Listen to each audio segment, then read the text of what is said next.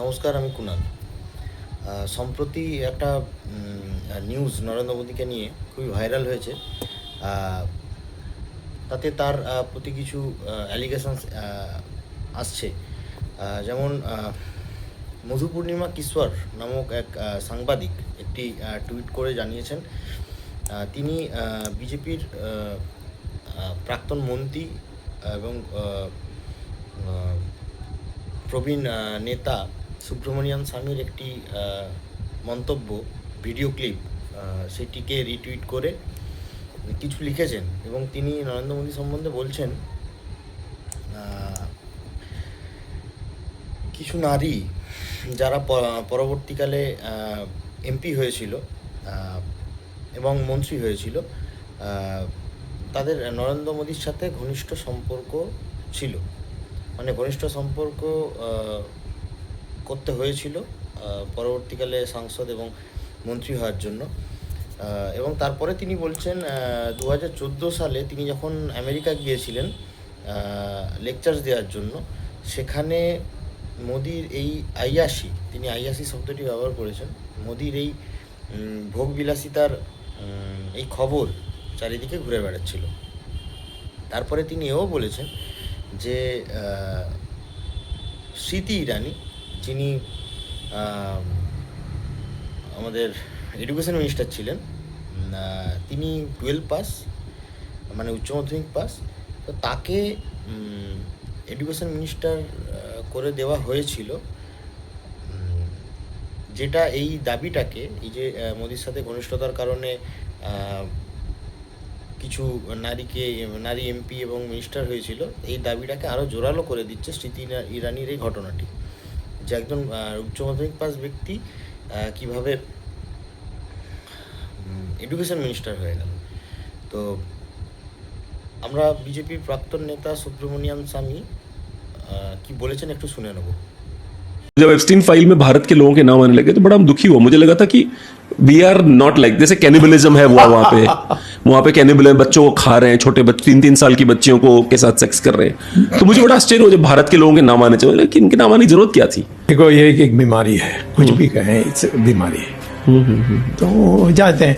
अब मैं 3-4 नाम महिला के दे सकते हैं जो एमपी बने हैं, वो जाकर सोना पड़ा उनको, उनके साथ, मोदी के साथ।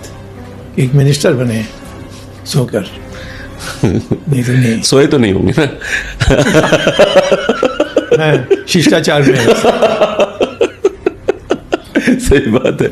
एप्स्टीन तो वहाँ, ये जैसे जीबी रोड में चलती है वैसे वो चला रहा था, लोग जा रहे थे वहाँ। कौन कौन इंडिया से जानते थे, बड़ी लिस्ट है, बट उसको अभी छोड़ दें।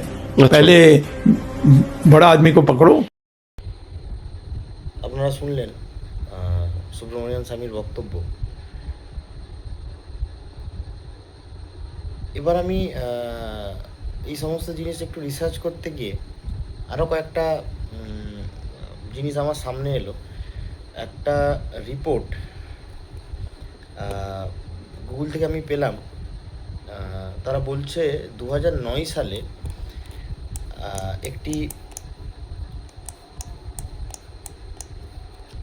একটা সার্ভেলেন্স কন্ট্রোভার্সি হয়েছিল।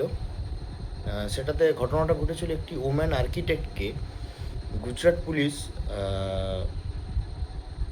মনিটর করেছিল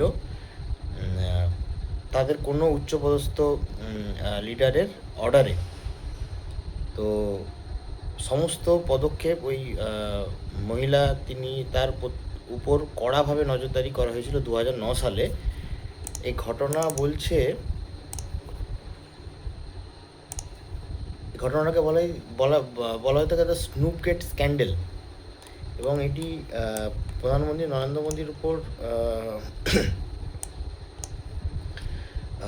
অ্যালিগেশনটা আসছে। এবং তারা বলছে 2013 সালে নভেম্বর মাসে একটা ইনভেস্টিগেটিভ নিউজ পোর্টাল, যার নাম ছিল কোবরা পোস্ট এবং গুলেল, কিছু অডিও টেপ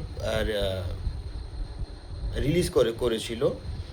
তার মধ্যে যে রেকর্ডিংসগুলো ছিল, যেগুলো পরে সিবিআইয়ের কাছেও মানে সিবিআইয়ের কাছেও আছে, সেটা বলছে যে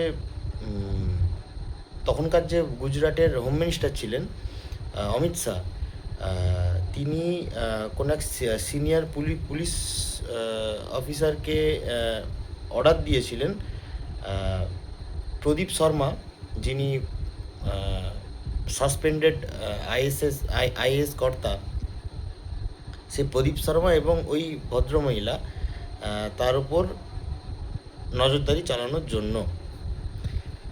এবং এখানে আরও বলা হচ্ছে যে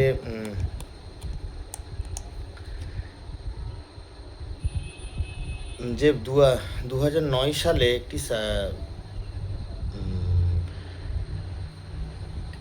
ওই প্রদীপ শর্মা, যিনি সাসপেন্ডেড আইএএস অফিসার গুজরাটের ছিলেন, তিনি ক্লেম করেছেন যে ওই ভদ্রমহিলার সাথে নরেন্দ্র মোদীর খুবই ঘনিষ্ঠ সম্পর্ক ছিল, এবং ভদ্রমহিলাকে 2009 সালে কড়া নজরদারির মধ্যে রাখা হয়েছিল। তার ফোন ট্যাপিং করা হয়েছিল, তার প্রত্যেকটা মুভমেন্ট ট্র্যাপিং করা হয়েছিল, এবং তিনি এটাও ক্লেম করেন যে নরেন্দ্র মোদীকে তিনি সাহেব বলে রেফার করছেন,